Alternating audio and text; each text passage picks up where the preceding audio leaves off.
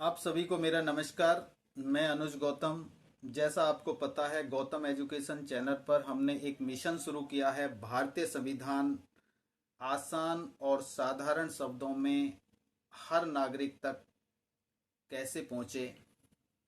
तो उसी जानकारी को कंटिन्यू करते हुए ये आज हमारा तीसरा वीडियो है और इसमें हम बात करने वाले हैं, क्या आप भारतीय नागरिक हैं।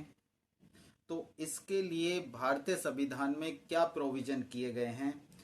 तो भारतीय संविधान के अंदर भाग 2 में अनुच्छेद 5 से लेकर के अनुच्छेद 11 तक नागरिकता से संबंधित कुछ प्रावधान किए गए हैं। उन पर हम अनुच्छेद वाइज चर्चा करने वाले हैं।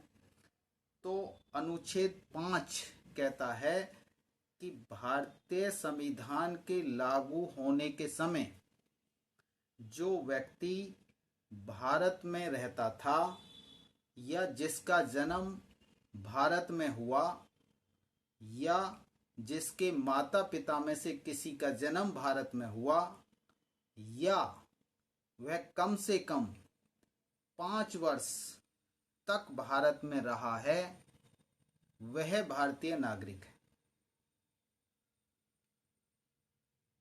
और अनुच्छेद 6 कहता है कि 19 जुलाई 1948 से पहले अगर कोई व्यक्ति भारत आ गया तो वह भी भारतीय नागरिक है।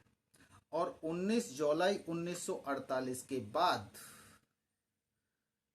भी आने वाला व्यक्ति यदि 6 महीने निवास करने के बाद एक भारत सरकार द्वारा नियुक्त किए गए अधिकारी को अगर नागरिकता प्राप्ति के लिए आवेदन देता है तो उसे भी भारतीय नागरिकता दी जा सकती है।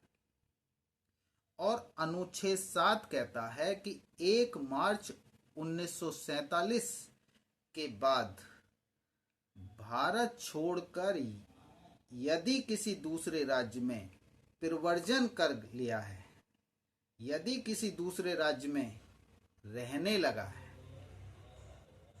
तो उस व्यक्ति की नागरिकता समाप्त हो जाएगी। यानी उस व्यक्ति के पास भारतीय नागरिकता नहीं होगी। और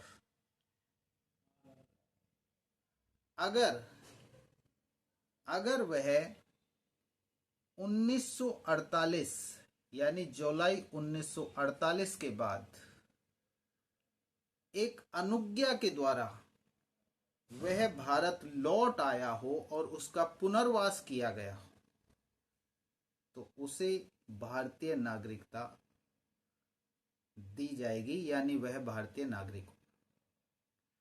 और अनुच्छेद 8 ये कहता है कि भारतीय शासन अधिनियम 1935 में परिभाषित किए गए राज्य क्षेत्र में जन्मा कोई व्यक्ति या वहां रहने वाला कोई व्यक्ति अगर सामान्य रूप से बाहर चला जाता है तो भी वह भारतीय नागरिक ही होगा। और अनुच्छेद 9 कहता है कि यदि कोई व्यक्ति स्वेच्छा से किसी दूसरे देश की नागरिकता प्राप्त कर लेता है तो उसकी भारतीय नागरिकता स्वतः ही समाप्त हो जाएगी।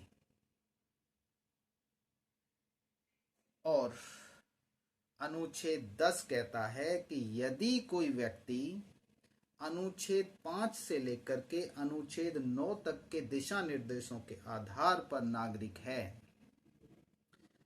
तो वह संसद द्वारा बनाई गई किसी भी विधि या किसी कानून के तहत उसकी नागरिकता बनी रहेगी।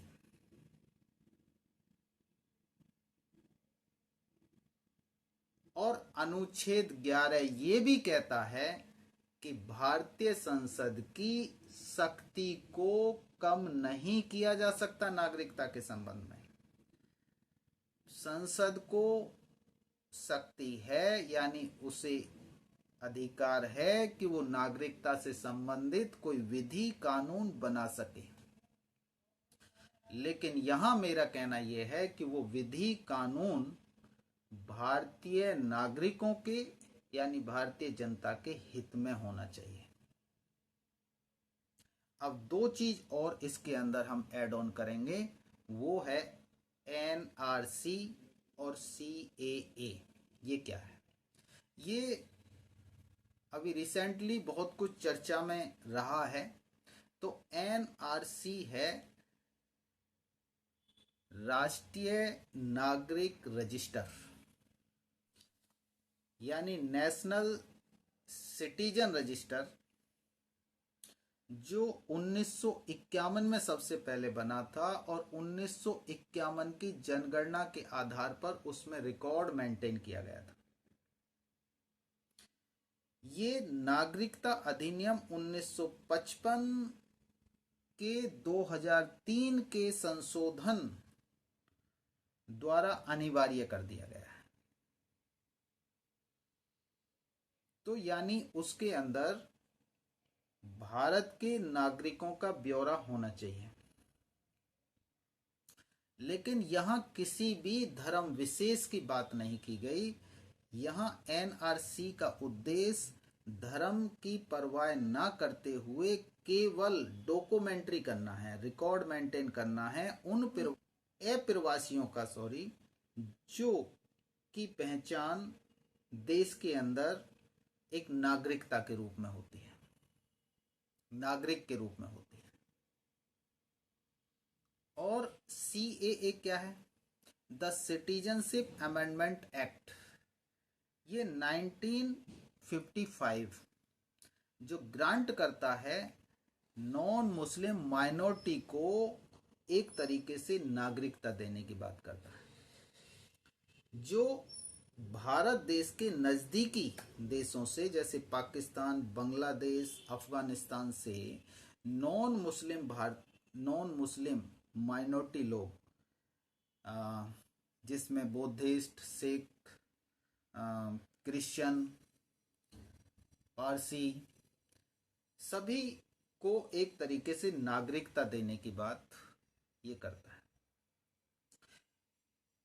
लेकिन यहां पर नॉन मुस्लिम मेंशन किया गया है और इसके लिए सीएए एक्ट 2024 के आधार पर आवेदन लेने शुरू कर दिए गए, यानी आने शुरू हो गए।